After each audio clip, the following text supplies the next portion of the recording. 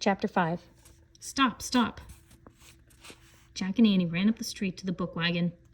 The man was carefully stacking the books in the back of the wagon. He was covered with dust, and his glasses were cracked. "Hey, what's the story?" Annie asked the man. Jack couldn't help smiling. Annie sounded just like a newspaper reporter. "I'm moving all the rare books to the pavilion," the man said. "Can we help?" said Jack. "Sure, there are only a few left by the door," said the man. "Grab them, hurry! The fires on Market Street will soon be blowing this way." Jack and Annie ran into the building. Near the doors were 2 small stacks of books. Jack and Annie each gathered up a stack. The books looked very old and fancy. Some even had sparkling gold on their covers. "Wow," whispered Jack. He and Annie carried the books outside. "Careful, please," said the man. "All these books are treasures, ancient Bibles and hand-painted books." The man carefully took the books from Jack and Annie's arms and put them in the back of the wagon. "Thanks," he said, pushing his hat back. "Run home now. The fires will be starting here soon." As the horses started up the hill, Annie waved and shouted, "Good luck!" "I bet he was the librarian," said Jack. He opened his research book. He looked for a photograph of the building that had the books. "Here it is," he said. He read aloud. People tried to save special things, but they could not always succeed. Rare books from a library were moved to the pavilion building. When the pavilion building caught fire, all the books burned. The building that originally held them did not burn at all. "Oh no!" cried Jack. "Stop! Stop!" Clutching the research book, he ran after the wagon, Annie with him. "Stop! Stop!" they both yelled. They ran as fast as they could over the broken cobblestones and up the steep hill. Near the top, the driver finally heard them. He brought his wagon to a halt. "You can't go to the pavilion!" Jack cried. "You have to take them back to the building they were in," said Annie. "They won't burn there," said Jack, trying to catch his breath. "The building you're taking them to is going to burn instead."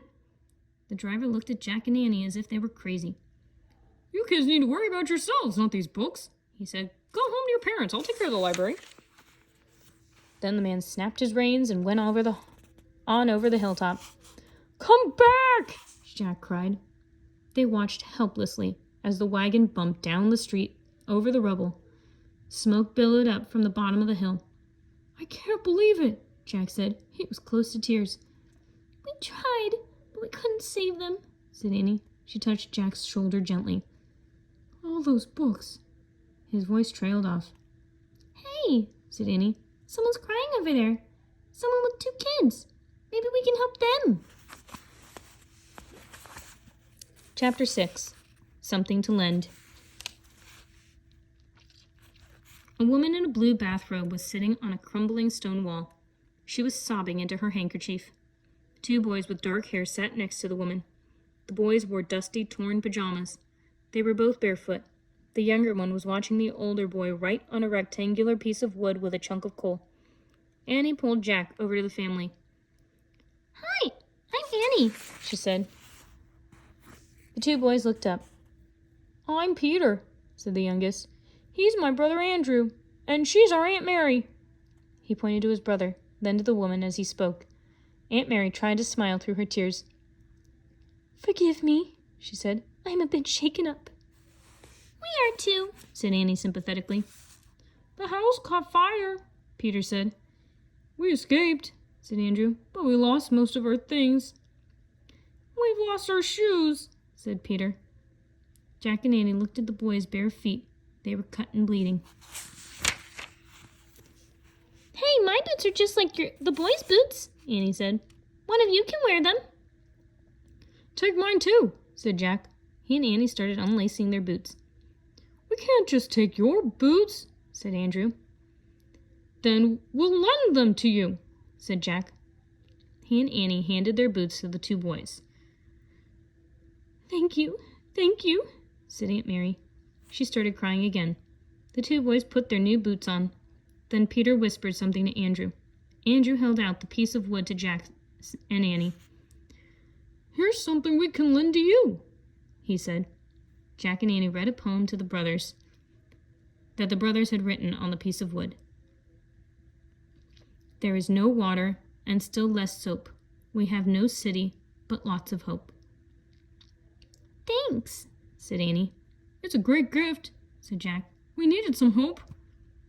It's the only thing we can lend you, said Andrew. Lend? Said Annie. She looked at Jack. Oh, wow. They just gave us the special writing, something to lend. Jack smiled. They could go home now. You should go to Golden Gate Park. That's where the reporter told us, he said to the boys and their aunt. Is that where you're going? Asked Aunt Mary. She had stopped crying at last and looked stronger. We have to go home to our parents, said Annie. Will you be safe? Asked the aunt. Yeah, once we're home we'll be safe, said Jack.